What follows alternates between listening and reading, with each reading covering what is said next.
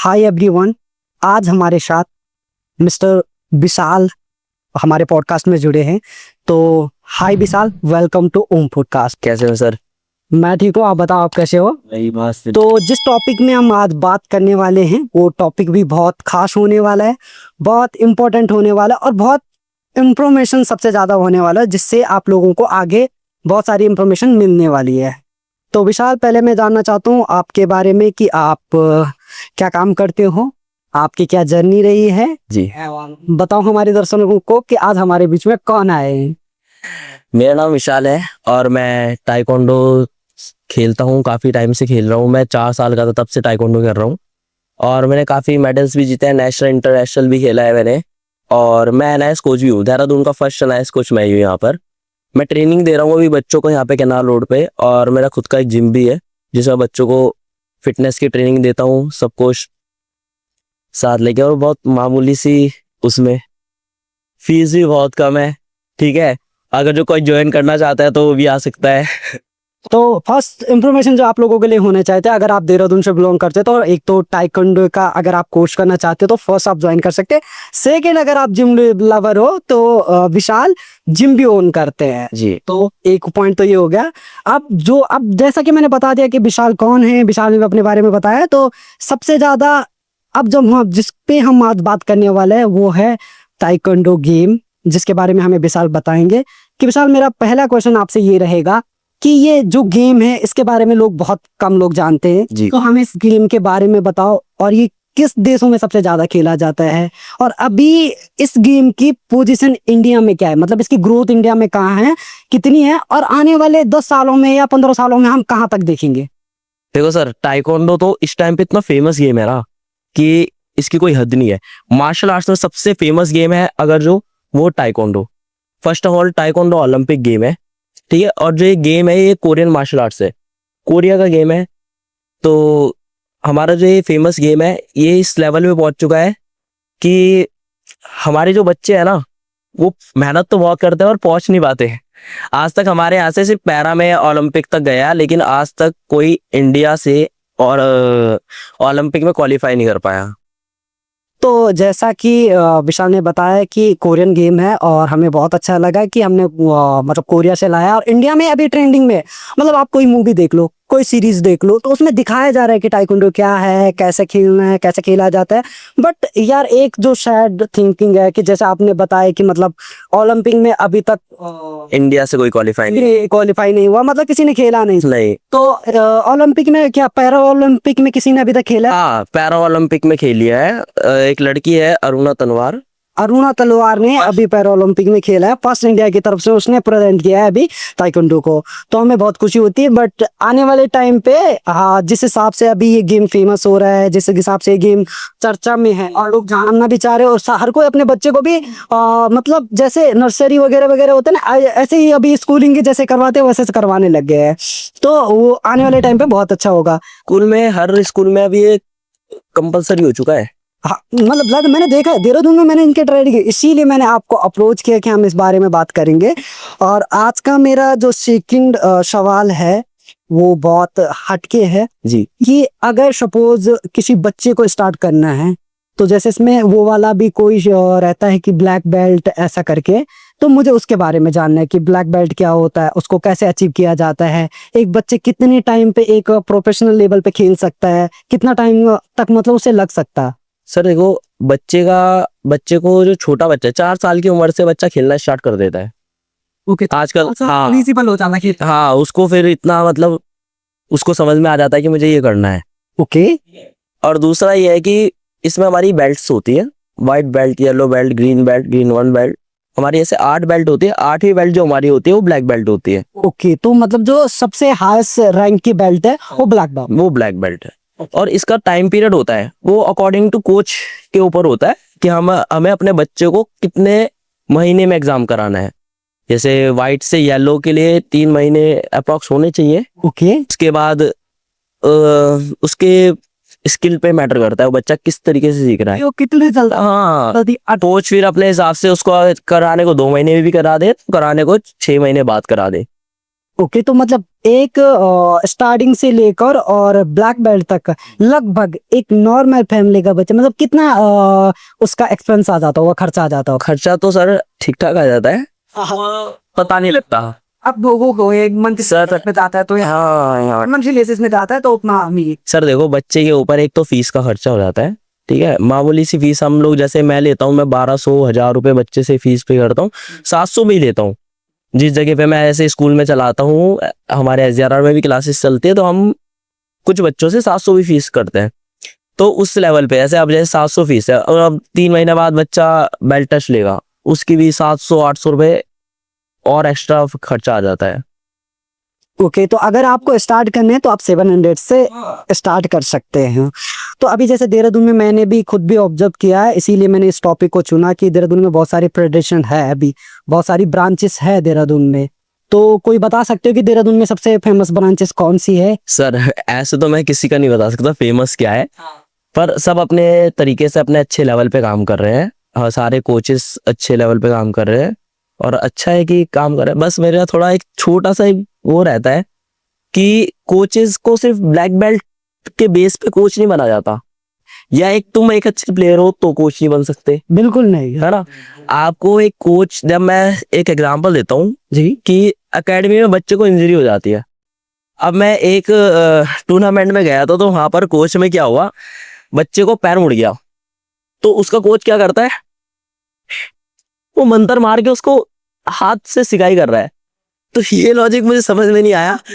तो मैं मतलब अगर तो कोई देख रहा है, पेरेंट्स वगैरह अगर देखेंगे, तो मेरी एक रिक्वेस्ट यही रहेगी कि आप जिसके पास ट्रेनिंग के लिए भेज रहे हो, वो कोच एजुकेटेड होना चाहिए, उसे नॉलेज होनी चाहिए, उसको स्पोर्ट्स साइंस की नॉलेज होनी चाहिए, कि ये नहीं कि हाथ गर्म करा और लगा दिया तो वो सही हो जाएगा।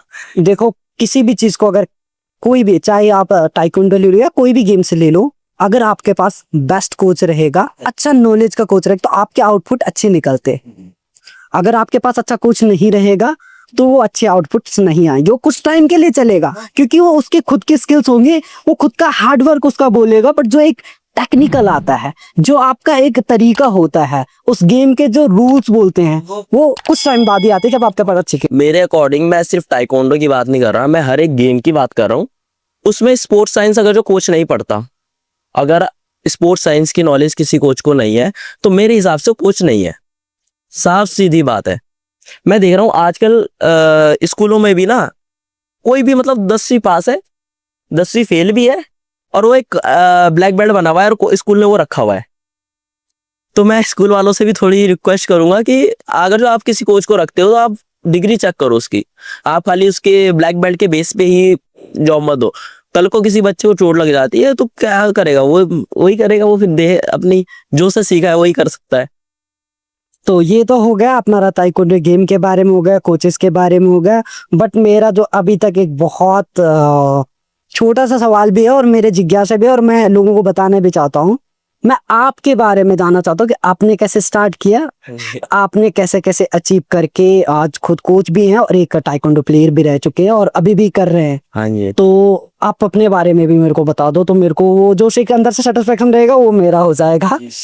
देखो मैं 4 साल का था, मैंने जब टाइकोंडो ज्वाइन किया था, और मैं SJRR स्कूल में पढ़ा था, तो वहीं पे ही हमारे टीचर आए थे सिखाने के लिए, मैं वहीं से मेरी जर्नी स्टार्ट हुई है।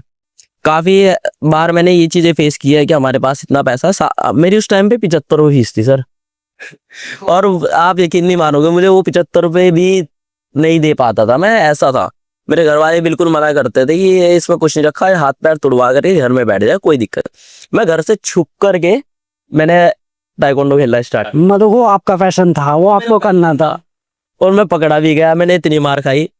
फिर मैंने एक बार को सोचा भी यार, ने जब घर वाले सपोर्ट नहीं कर रहे तो क्या ही फायदा।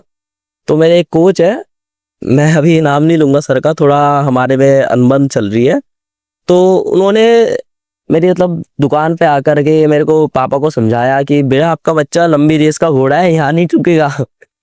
तो मैं उनका बहुत शुक्रगुजार हूँ, और कुछ हमारी खटास की वजह से। नहीं, वो तो एक कोच और एक स्टूडेंट के बीच में होगा, बट देखो जो बेस्ट कोच रहते हैं वो आपके लिए आपके फैमिली से भी लड़ते हैं, आपकी फैमिली को एग्री भी करते हैं, आपको हर एक बेस में सपोर्ट करते हैं, हर एक चीज में आपको सपोर्ट करते हैं कि आपका बच्चा कर सकते हैं, you will just support it. जी।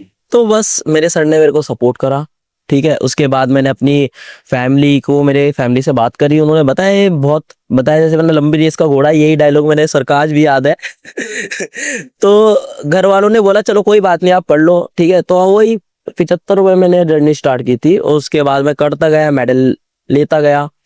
2015 में मैंने इंटरनेशनल रिप्रेजेंट किया था। और वो देखो अभी हमारा यहाँ पे इंडिया में ऐसा है, गवर्नमेंट सपोर्ट नहीं करती। ये तो गवर्नमेंट सिर्फ ताइक्वांडो को सपोर्ट नहीं करती, अदर्स गेम को भी सपोर्ट नहीं करती। आप देखो क्रिकेट में कितना पैसा है। ओ भाई, हर कोई ना अपने बेटे को सचिन बनाने के चक्कर में अभी भाई पैसा है, ठीक है, ऐसा है, पैसा फेम है, पैसा है। तो वही था, पैसे नहीं थे तो हमारे एक गोल्डन अपॉर्चुनिटी थी हमें कि हमारा इंडिया में इंटरनेशनल हुआ। ओके, इंडिया में इंटरनेशनल। हाँ, इंडिया में हुआ, तालकटोरा स्टेडियम में हुआ था। तो उस टाइम पे जुनून था, सर पे बहुत वो था, और हमारी ये खुशकिस्मत समझ लो आपकी, वहां पे टीम कम आई थी थोड़ी। हाँ, तो मेरा वहां पे गोल्ड था, आपका गोल्ड मेरा गोल्ड था। नेशनल। तो जो मेरी पहचान स्टार्ट हुई, जो मेरी जर्नी स्टार्ट हुई, मतलब लोग मुझे जानने लगे, तो वैसे ही मेरे को जानने लगे कि हाँ उसका इंटरनेशनल में गोल्ड है यार। मेरे को SGRR में, मैं 9th क्लास, 9th या 12th, 10th मुझे याद नहीं है ढंग से, मैं था जब, तो मेरी पढ़ाई बिल्कुल फ्री कर दी थी उन्होंने। तो वो तो होता है, एक जब आप स्पोर्ट्स में रहते हो तो पढ़ाई का बर्डन आपका खत्म हो जाता है। बिल्कुल डम था पढ़ाई में, बिल्कुल डम। मेरा 45% आती थी, बस मेरे घर वाले उसमें भी खुश थे। पर बट आपने अपने लिए एक गोल सेट किया हुआ था। तो विशाल ऑलरेडी गोल्ड मेडलिस्ट है और हमें बहुत खुशी हुई थी, और हम आपको बहुत बधाई भी देते हैं। 3 बार इंटरनेशनल खेला हूँ, जिसमें मेरा 1 बार गोल्ड है और 2 बार मेरे ब्राउन मेडल है। ओके, तो आप 3 बार नेशनल भी खेल। हाँ, मैं नेशनल भी खेल चुका हूँ, मेरे ऑल इंडिया नेशनल में ही मेरा मेडल है, ब्राउन मेडल है। Good good. बट ये ताइक्वांडो जो है वो शेप गेम तो है ना, मतलब इंजरी के चांसेस क्या रहते हैं? बिल्कुल सेफ गेम, टाइकोंडो से सेफ गेम मुझे नहीं लगता अभी तक मार्शल आर्ट्स की किसी फॉर्म में है। टाइकोंडो में आपको हेड गियर पहनाया जाता है, चेस्ट गार्ड पहनाया जाता है, आर्म गार्ड, सिंग गार्ड, हर जगह आपको गार्ड से। चोट लगने के बहुत कम चांसेस है। देखो चोट लगनी होगी तो वो चलते हुए भी लग सकती है, पर मेरे अकॉर्डिंग चोट नहीं लगती, बहुत सेफ गेम है, और इसीलिए ओलंपिक में भी है। तो मेरा एक थोड़ा सा मतलब नॉर्मल बहुत छोटा सा सवाल है बहुत लोगों के, क्या हम इसमें ताइक्वांडो में क्रॉस फाइटिंग करवा सकते हैं? मतलब गर्ल्स वर्सेस बॉयज करवा दो या बॉयज वर्सेस गर्ल्स करवा सकते हैं? वर्सेस बॉयज नहीं होता, लेकिन आजकल एक नया ताइक्वांडो में ये एक फॉर्म निकाली है उन्होंने, वर्चुअल गेम। उसमें क्या होता है, आपको चश्मा टाइप का पहनाते हैं, और वो गेम्स की तरह होता है, जैसे टेकन 3 खेलते थे बचपन में। वो टेकन 3 की तरह ही है, मतलब यहाँ से वो अपनी स्किल्स शो करेगा, और उधर पॉइंट जिसके ज्यादा होंगे वो, मतलब नॉर्मल उसकी एनर्जी तो ये है, जिसने ज्यादा मारा वो जीत जाएगा। तो इस तरीके से चल रहा है, तो उसमें गर्ल्स बॉयज भी खेल सकते हैं। ओके, उसमें आता बट ऐसा फिजिकली वाला नहीं है कि। इंडिया में तो ऐसा नहीं है। और अगर फॉरेन की बात करूं कि मतलब विदेश, सर वही वर्चुअल जो आपको बताया वही है, बस बाकी उसके बाद नहीं है। बट आपने, मैंने एक चीज पॉइंट नोटिस की कि जब आप खेल रहे थे उस समय गवर्नमेंट ने सपोर्ट नहीं किया। सर क्या उसके बारे में बता सकते हो, या गवर्नमेंट की तरफ से जो पॉलिटिशियन उनका क्या रोल रहता है? अगर वो जैसे क्रिकेट में या कोई और गेम हो गया, हॉकी हो गया या बैडमिंटन हो गया, ये बहुत बड़े लार्ज स्केल पे खेले जाते हैं, और क्रिकेट तो हमारा मतलब सब लोगों के जान है। तो उनको क्या सपोर्ट मिलता है? और जैसे अभी आपने बताया कि ताइक्वांडो में थोड़ा सा सपोर्ट नहीं था, तो मतलब मैं जानना चाहता हूँ कि वो किस चीज का सपोर्ट नहीं मिला? देखो सर, हमारे यहाँ पे डिस्ट्रिक्ट खेल लो फीस देनी पड़ती है, स्टेट खेल लो फीस देनी पड़ती है। अब मेरे अकॉर्डिंग स्टेट जो क्वालिफाई कर लेता है बच्चा, तो नेशनल उनका फ्री होना चाहिए, होना चाहिए। या फिर गवर्नमेंट को सपोर्ट करना चाहिए कि बच्चा अच्छे खासे उस पे खेल रहा है। पर हमारे उत्तराखंड ने अभी निकाला था ऐसी योजना कि जो बच्चे स्टेट नेशनल खेल रहे हैं उन बच्चों को 2,000 रुपये महीना मिलेगा ट्रेनिंग के पर्पस पे, और 5-6 हजार रुपये उनके किट का खर्चा दे रहे थे। बट असल में मैंने कुछ बच्चों के भी फॉर्म भरवाए थे, जिसमें से कि मुझे अभी तक उसका कोई वो नहीं मिला, रिजल्ट आया नहीं, बस फॉर्म भरवाए गए। फॉर्म भरवाया गया। और मेरी एक लड़की थी, शालिनी, तो उसको मिली है, ऐसा नहीं है कि नहीं मिली, उसको मिली। बट अभी मैंने पिछले साल अभी जो पिछली बार अभी फॉर्म गए थे उसमें भरवाए, सब बच्चे मेरे ऐसे ही बैठे हैं, उसका कोई रिप्लाई नहीं है, कोई कुछ नहीं है, कॉल नहीं आया। तो ये सिर्फ ताइक्वांडो के लिए या कुछ क्रिकेट या कुछ और गेमों के लिए भी ये सेम ही है? क्रिकेट में मुझे जहां तक लगता है पैसा उसमें लगता है, अगर आपके पास पैसा है तो क्रिकेट खेलो, है ना। उसके बाद पैसा फिर आता भी ऐसे ही है, आते भी वैसे ऐसा भी ऐसे ही है ना। अब ताइक्वांडो एक, आप देख लो ताइक्वांडो खेल रहा है बच्चा, अब हर बच्चा मेहनत कर रहा है। आपको गली मोहल्ले में ऐसे ऐसे बच्चे मिल जाएंगे, ऐसे धुरंधर मिल जाएंगे, जिन्हें मैं कह रहा हूँ कि 10 दिन प्रैक्टिस करा दूं तो डिस्ट्रिक्ट स्टेट आराम से क्लियर कर ले। पर कहाँ पर मार खा जाता है? पैसा, फीस नहीं होती, घर वाले सपोर्ट नहीं करते। और एक मैं आपको बताऊं, एक बहुत बड़ा रीजन है बच्चा इंटरनेशनली खेलता, ओलंपिक नहीं खेलता, वो रोल ये है पेरेंट्स और बच्चे की माइंडसेट। पेरेंट्स इस तरीके से घुमा देता है, मैं बताऊं, बच्चे को कहता है कि तू गवर्नमेंट जॉब चाहिए। अब पता है बच्चा पढ़ाई में तो नहीं कर सकता, अब स्पोर्ट्स से लग जाती है गवर्नमेंट जॉब, वो सिर्फ गवर्नमेंट जॉब के लिए मेहनत कर रहा है, और जबकि हमें पता है वो बच्चा बहुत आगे तक जा सकता है। तो ये भी एक फैक्ट है, क्योंकि देखो वो होता है ना कि जैसे जैसे थोड़ा सा बड़ा बच्चा, जब बच्चा रहता है तो उसको अपनी गेम में फोकस रहता है, तो वो बहुत अच्छी अपनी स्किल्स गेन कर देता है।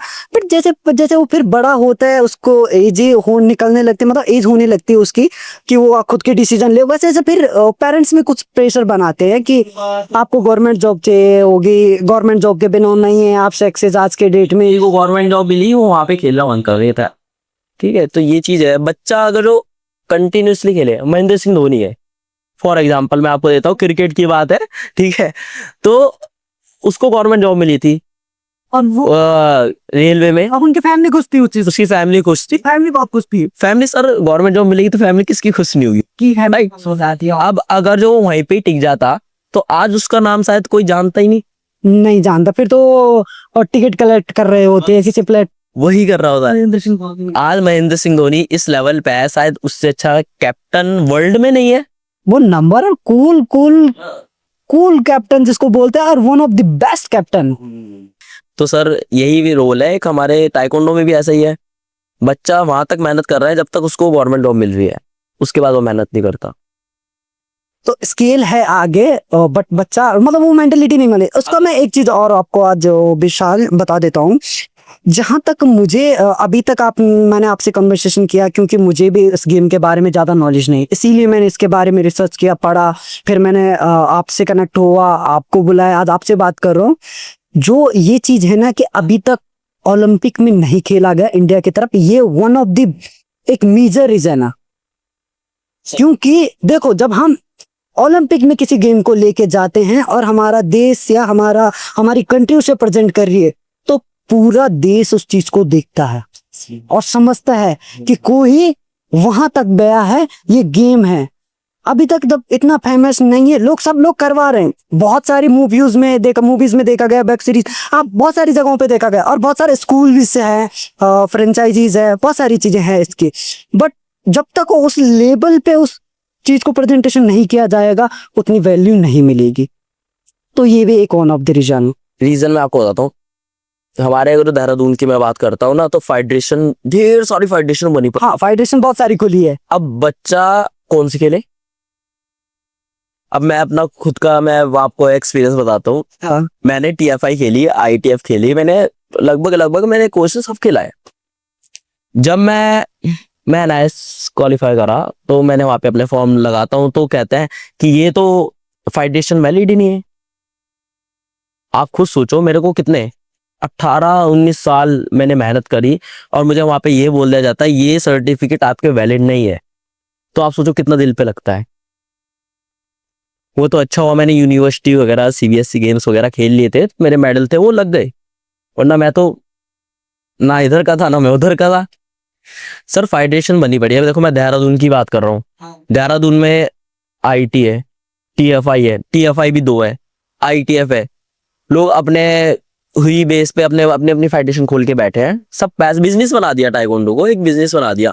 इसमें ऐसा नहीं रहता कुछ कि जैसा कोई गवर्नमेंट्स का रूल हो कि अगर आपके पास ये सर्टिफिकेट है तो ही आप एक फेडरेशन खोल सकते हो, ऐसा कुछ नहीं है। सर या देखो अगर मैं कल के दिन तो मैं बोल दूंगा कि मैं ब्लैक बेल्ट हूँ, मैं स्कूल खोल के बैठ गया, अब मैं पता नहीं क्या सिखा रहा हूँ, मुझे खुद नहीं पता। सर देखो हमारे यहाँ पे एक सबसे, आपने जो अभी बात बोली ना, मेरे दिमाग में इतनी टाइम से है ये बात, मेरे को ये समझ में नहीं आता।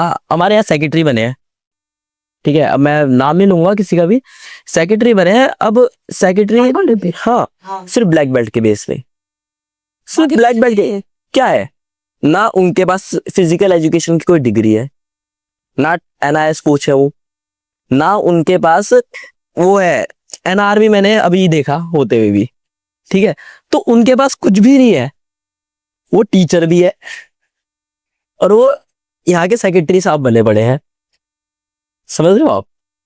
बहुत बढ़िया, ये तो आपने देखो बहुत बड़ी बात बोल दी। आप देखो पोल तो खुल रही है।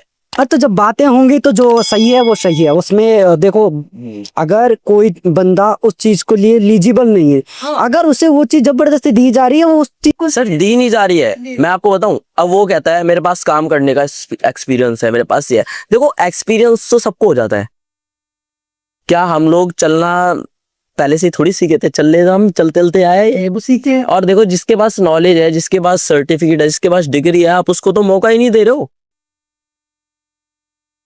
अगर अब सब एक्सपीरियंस ही हो जा रहा तो फिर सामने वाला डिग्री लेके आ रहा है। यार आपको बताता हूँ, मैं जब उनसे मेरी बात हुई तो एक्चुअली ऐसा होता है कि ना उनके अंदर मैं हो जाती है, अब मैं इस लेवल पे काम कर रहा हूँ, मैं ये बोलूंगा तो ये हो जाएगा, मैं ये बोलूंगा तो वो हो जाएगा। देखो ऐसे घमंड तो किसी का नहीं चला आज तक। तो एज ए सेक्रेटरी मतलब क्या रोल रहता है उनको ताइक्वांडो में? IT के सेक्रेटरी हो गए, TFI के सेक्रेटरी हो गए, ITF के सेक्रेटरी, सबने अपने अपने सेक्रेटरी है। देहरादून के सेक्रेटरी है, उत्तराखंड का सेक्रेटरी है, ठीक है, उत्तराखंड के सेक्रेटरी, उत्तराखंड के अंदर डिस्ट्रिक्ट आया तो देहरादून, तो देहरादून का सेक्रेटरी हो गया। तो ऐसी हर जगह सेक्रेटरी चल रहा है।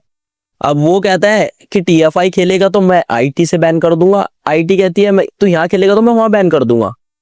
देहरादून की बात बता रहा हूँ, ये बाहर नहीं है, मैं देहरादून की बात बता रहा हूँ खाली। भाई ये तो बहुत बहुत भयंकर होने वाला है हमारे का यार। देखो फिर उसका जो बंदा दिल से मेहनत कर रहा है और कई सालों से मेहनत कर रहा है, अगर देखो ये गेम्स जो होता है ना, गेम्स वैसे नहीं होता कि आपने चार दीवारियों के अंदर पढ़ाई करके आपने आपको गेन कर लिया, वो एक मेंटेलिटी होता है, ठीक है।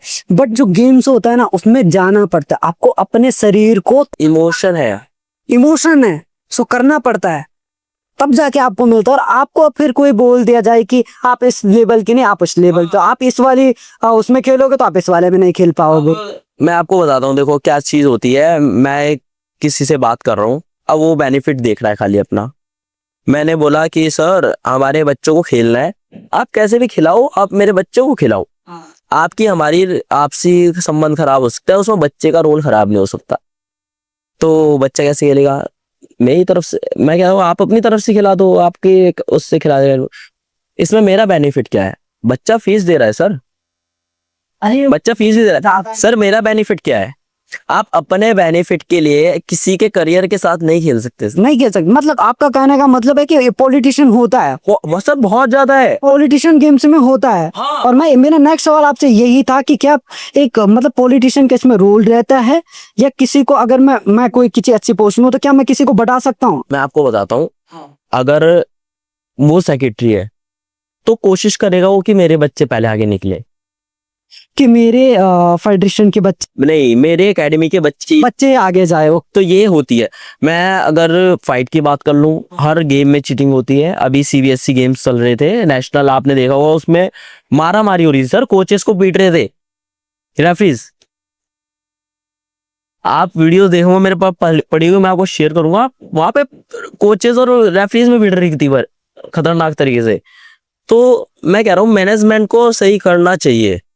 अगर ताइक्वांडो ऐसे ही चलता रहा तो मुझे लगता है आगे फिर ये भी कराटे की तरह एक इंडिया में ही रह जाएगा, बाहर तो फिर क्या, और कोई फिर प्रेजेंट नहीं कर पाएगा उस लेवल पे जहां अभी तक हम अपने बच्चों का फ्यूचर देख रहे हैं, या आने वाले टाइम पे अपने बच्चों को वहां तक जाने के लिए मोटिवेट कर सकते हैं या वो जा सकते हैं। और ऐसा नहीं है कि इंडिया में किसी भी चीज की कमी है, क्योंकि अगर हमारे कितने लगभग अभी अच्छी मतलब दुनिया में सेकंड नंबर के पॉपुलेशन के हिसाब से आते होंगे हम, तो हमारे पास सोचो, अगर हम ये सोचेंगे ना कि हमारे पास सिर्फ इतनी ज्यादा जनसंख्या है, तो जनसंख्या नहीं, हमारे पास इतने सारे ब्रेन है, इतने सारे प्लेयर है। आप मेडल की बात करो तो आप इंडिया कितना पीछे है मेडल में? बहुत ज्यादा। बहुत पीछे है। और जबकि आप जैसे आपने बताया पॉपुलेशन हमारी और कंट्रीज से काफी अच्छी है। सबसे ज्यादा ये लगभग फर्स्ट पे चाइना आता होता, सेकंड पे हम आ जाते, और शायद हम चाइना को भी अभी बीट कर देंगे। कर तो देंगे सर, पर आप देखो ना रिजल्ट क्यों नहीं आ रहा। ये पॉलिटिक्स खेली जा रही है हर जगह। इस पे मैं बात करना नहीं चाहता था, पर सर आपने अगर इस पे तो आपको बात देखो, अगर बातें ये लोगों को पता चलना चाहिए, लोगों को पता चलना चाहिए। आपका बच्चा देखो, मैंने तो साफ बोल दिया, अगर वो हमें आईटी फाउंडेशन नहीं खिला रहे कोई दिक्कत नहीं है, हम बच्चे को गवर्नमेंट खिला लेंगे, गवर्नमेंट टूर्नामेंट खिलाएंगे। मेरे पास तो और भी तरीके हैं। अगर मेरे पास नॉलेज नहीं होती ना तो मैं उसके पीछे घूमता रहता, अरे सर खिला दो, सर खिला दो, मैं ही करो। नहीं, मेरे अंदर ये आदत नहीं है। मैं अपने बच्चे को लीगल टूर्नामेंट्स भी खिलाऊंगा, प्रैक्टिस मैच टूर्नामेंट्स भी खिलाऊंगा। तो आप लीगल तरीके से बोलो ना, कि मेरे को ये जो उसका रूल्स बोलता है आप उस तरीके से बात करो ना आशिन का। बट वाई, क्यों ऐसे? अभी देखो, ये तो क्वेश्चन सभी का ही है। अगर मैं आपसे इस बारे में बात करूँ, ये क्वेश्चन बहुत, मतलब अगर आप देखो ना, हर बच्चा सफर कर रहा है इसमें, हर बच्चा सफर कर रहा है। तो यही तो एक है कि हम इतने पीछे हैं। जैसा कि आपने मुझे बताया, मुझे मेरे माइंड में अभी भी वो बात है कि हमारा सिर्फ एक है, एक कैंडिडेट ने हमारे सिर्फ पैरा ओलंपिक में हमें प्रेजेंट किया है। ओलंपिक में अभी तक कोई नहीं किया। और ये जो ताइक्वांडो में हम लोग बात कर रहे हैं ना, ये कई सालों से देख रहा हूं मैं, कई सालों से सुन रहा हूं मैं। तो फिर इतने सालों में इतनी जनसंख्या वाले देश से, इतनी बड़ी कंट्री से, पॉपुलेशन वाले कंट्री से हमने एक में भी प्रेजेंट नहीं कर पाया, क्यों? मैं अपने ताइक्वांडो की बात नहीं कर रहा हूँ, मैं और भी गेम्स की बात कर रहा हूँ, सब में यही हाल है। और आप एक बार चेक करना, यूनिवर्सिटी में मेरी एक लड़की का भी ब्रॉन्ज मेडल आया उसके गोल्ड और सिल्वर पहले से ही सेल थे, यानी उसकी फाइट ही नहीं हुई आगे। समझ रहा हूँ? नहीं वो उसकी फाइट ही नहीं हुई। जब मैंने बात करी तो ये बोला जाता है, सर देखो अगर वो नॉकआउट भी मार देगी ना, तब भी मेडल उसी को ही मिलेगा, ये फिक्स होता है। तो ये मतलब ये पॉलिटिशियन के थ्रू था या कुछ और था? अरे ये ऑल इंडिया यूनिवर्सिटी की बात कर रहा हूँ मैं आपको। किस लेवल पे सोचो, नेशनल। इसका सर्टिफिकेट आप लगा दो तो आपकी गवर्नमेंट जब यूं है, सर्टिफिकेट की इतनी वैल्यू है और यूनिवर्सिटी पैसा देती है अच्छा खासा, तो बच्चा करता है। फिर यार ये तो देखो, ऐसा नहीं होना चाहिए किसी के साथ। ताइक्वांडो की बात नहीं कर रहा हूँ मैं, हर एक गेम की बात कर रहा हूँ। ये हर एक गेम में चल रहा है। जब तक ये खत्म नहीं होगा ना, हमारा इंडिया आगे बढ़ ही नहीं सकता। मेडल तो कहाँ मेडल आएगा, मैं तो गिनती भी नहीं कर सकता। अरे इस मेडल नहीं है, इसी वजह से नहीं है वो। छोटे छोटी कंट्रीज हमसे ज्यादा मेडल मार के जा रही है, क्योंकि उनका फोकस है और वो बनाते हैं लोगों को, उन्होंने बनाया अपने प्लेयरों को कि वहां तक ले जाने के लिए। सो विशाल, अब मैं जानना चाहती हूँ कि जो जैसे पेरेंट्स है, फैमिलीज है, आप उनको क्या रिकमेंडेशन करते हो कि कैसे वो अपने बच्चों को सपोर्ट करे, कैसे वो एक अच्छे कोचेस को सिलेक्ट करे, इन सब चीज़ों के बारे में, और कैसे वो एक सपोर्ट, देखो फैमिली सपोर्ट बहुत इंपॉर्टेंट होता है, तो उसके बारे में कुछ बताओ जो फैमिलीज को लगे कि हाँ। पेरेंट्स को मैं सिर्फ इतना बोलना चाहूंगा कि जो आप कोच ढूंढते हो अपने बच्चों के लिए, सबसे पहले तो एक वो ना एफिलिएटेड कोच होना चाहिए, उसको नॉलेज होनी चाहिए, उसके पास डिग्रीज, उसके पास सर्टिफिकेट्स होने चाहिए। जब तक वो नहीं होगा तो मुझे नहीं लगता वो शायद अच्छा कोच कहला सकता है। अच्छा कोच वही होता है जो अपने, वो ये देखता है कि मैं आज जाऊँ तो मेरा बच्चा वहाँ हो। नहीं, वैलिडेशन तो होना ही चाहिए। मैं इस बारे में तो मैं बोलता हूँ, ऐसा नहीं कि मेरे घर के पास में तो मेरा बच्चा वहां जा रहा है, नहीं। देखो बच्चा अगर मेहनत कर रहा है तो उसको भी उस चीज का मिलना चाहिए, उसका क्रेडिट मिलना चाहिए। तो सही बात है, बच्चा अगर जो मेहनत कर रहा है तो बच्चे को रिजल्ट देना कोच का सौभाग्य है, ठीक है। तो अगर जो रिजल्ट नहीं आ रहा है तो आप कोच चेंज करो। ये मैं अपने लिए भी कहता हूँ कि अगर मेरे बच्चा जहाँ पे मेरे यहाँ ट्रेनिंग कर रहा है और मेरे यहाँ पे किसी बच्चे को रिजल्ट नहीं आ रहा है तो अकेडमी चेंज करो। मैं ये नहीं कहता कि क्या पता मेरे से बहुत बच्चे कोचेज है जो मेरे से बहुत अच्छी ट्रेनिंग देते हैं, अगर मेरे पास रिजल्ट नहीं आ रहा है तो आप वहाँ जाओ। बच्चा फ्री रहे, फ्रीडम दो बच्चे को, बच्चा बाहर निकलना चाहिए। बच्चा जब तक बाहर नहीं निकलेगा ना वो फंस जाता है। अब मैं फॉर एग्जाम्पल देता हूँ, पढ़ाई, बच्चों के पेपर आ जाते हैं जी, पेरेंट्स छुड़वा देते हैं कि अभी 1 महीना नहीं आएगा। आपको लगता है कि बच्चे का जो अभी मसल माइंड कनेक्शन है वो उस टाइम पे मसल माइंड कनेक्शन वही उसी तरीके से वर्क करेगा? वो नहीं कर सकता। देखो अगर मेरी बॉडी को पता है कि मुझे 1 आवर्स का वर्कआउट करना है, तो वो मेरा माइंड ने भी एक्सेप्ट कर लिया वो सारी चीजें, मेरी बॉडी ने भी एक्सेप्ट। अब अगर मैं वो 1 घंटा छोड़ता हूँ अपना कोचिंग क्लासेस का, तो उसका स्ट्रेस आएगा, फायदा नहीं होगा। ये मैं भी बात जानता हूँ, ये चीज तो है। एक छोटा सा और है, देखो बच्चा 24 घंटे नहीं पढ़ सकता, ठीक है, 1 घंटा बच्चे को फिटनेस के लिए दो। और छोटी सी बात, अगर आप स्पोर्ट्स साइंस में अगर आप रिसर्च करो, गूगल पे सर्च करो स्पोर्ट्स साइंस के बारे में, फिजिकल एजुकेशन के बारे में बात करो, तो बच्चा अगर जो फिजिकल एजुकेशन एक्टिविटीज कर रहा है, मैं एक स्पोर्ट्स की बात नहीं कर रहा हूँ, पर वो एक्टिविटी अगर जो कोई भी फिजिकल एक्टिविटी कर रहा है, तो बच्चे का माइंड भी बहुत शार्प होगा, वो एक्टिव हो जाता है, वो एक्टिव हो जाता। बच्चा एक्टिव हो जाता है। अब जो पढ़ रहा है उसके भी 80s में नंबर आ रहा है, और जो बच्चा फिजिकल में भी है और अपना क्या बोलता है पढ़ाई भी कर रहा है, उसके भी 80s में नंबर आ रहे हैं। तो आप फिर बच्चे को इतना प्रेशराइज क्यों करते?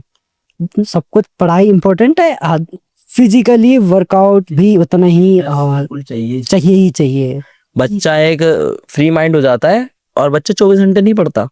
तो हमने बात तो आपसे बहुत सारी कर दी है, और मैं जानना चाहता हूँ हमारे देहरादून के बच्चों के लिए आपका ब्रांच का नाम, आपकी लोकेशन कि कहाँ पे है, और आपके पास कितने बच्चे अभी एज अ टाइकोंडो सीख रहे हैं। सर मेरे पास 100 से 150 बच्चे प्रैक्टिस कर रहे हैं, मेरी अलग अलग जगह पे एकेडमीज चल रही है। वी टीम टाइकोंडो एकेडमी के नाम से मेरा जो सेंटर चल रहा है वो इसी नाम से है, कहीं भी जाओगे।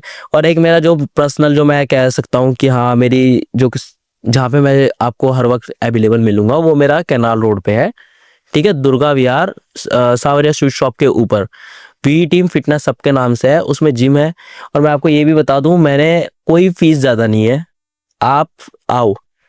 पेरेंट्स के लिए भी बहुत बड़ी अपॉर्चुनिटी है। देखो मैं 1200 में आपको ऑल एक्टिविटीज फ्री दे रहा हूँ, 1200 रुपये में। 1200 में जिम फ्री है, आइसोलेट ट्रेनिंग फ्री है, योगा फ्री है, जुम्बा फ्री है, बॉक्सिंग, टाइकोंडो, जिम्नास्टिक, ये आपको फ्री मिलेगा उसमें 1200 रुपये में मात्र। और इनके सारे अलग अलग कोचेस होंगे। सबके अलग अलग कोच है। जिम में आपको अलग ट्रेनर मिलेगा, बॉक्सिंग का अलग ट्रेनर है, मोथाई का अलग ट्रेनर है, जिम्नास्टिक का अलग है, टाइकोंडो मैं कराता हूँ, तो जुम्बा, योगा, सबका अलग ट्रेनर है। सबसे इम्पोर्टेंट थिंग टाइमिंग क्या रहती है? यही मैं बताया था हूँ। देखो जो जिम तो हमारा 24 आवर्स खुला है। ओके, हाँ जिम। जिम में आप कभी भी आओ, आपको अवेलेबल मतलब खुला ही मिलेगा, संडे ऑफ रहता है। ओके। ऊपर टाइकोंडो की जो टाइमिंग है वो शाम को 6 बजे से 7:30 बजे की टाइमिंग है। और सुबह में हमारे योगा जुम्बा होता है, ठीक है, उसकी भी अभी जैसे बैचेस जो हमारे बन जाते हैं तो हम उसको डिवाइड कर देते हैं, 7 से 8 जुम्बा करा दिया, 8 से 9 योगा करा दिया, या फिर उसमें। और हमारा MMA का बैच चल रहा है अभी फिलहाल, तो योगा जुम्बा भी है नहीं क्योंकि बारिश के कारण आ ही नहीं रहते। तो अभी हमारा MMA का बैच चल रहा है, वो आता है सुबह 7 बजे और 8:30 बजे तक प्रैक्टिस चलती है उनकी। तो आप सब लोग जा सकते हो वी फिटनेस करके, कैनाल रोड पे है, आप लोग सर्च कर दो। और मैं वीडियो पे भी मतलब मेंशन कर दूंगा कि एड्रेस, सारी चीजें, विशाल की डिटेल्स, और आप लोग रीच आउट कर सकते हो। Thank you Rishabh, thank you so much. Thank you so much.